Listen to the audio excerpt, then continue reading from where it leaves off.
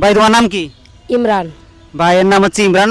জান্নাতি চ্যানেলের পক্ষ থেকে তুমি যদি 3টা প্রশ্নের উত্তর দিতে পারো তাহলে তোমার জন্য এই পুরস্কারটা দেওয়া হবে। ঠিক আছে, প্রথম প্রশ্ন হচ্ছে এই আল্লাহ তাআলা কবরের মাঝে, অর্থাৎ এই কবর আমরা যখন যাব, এই কবরের মধ্যে যখন আমরা যাব তখন আমাদেরকে 3টি প্রশ্ন করবে। 3টি প্রশ্ন কি কি? তোমার রবকে, তোমার দিন কি ইসলাম, তোমার নবীকে হযরত মুহাম্মদ সাল্লাল্লাহু আলাইহি সাল্লাম, 3টা প্রশ্ন করবি। মাশাল্লাহ, ভাই প্রথম প্রশ্নের উত্তর দিয়ে ফেলেছে।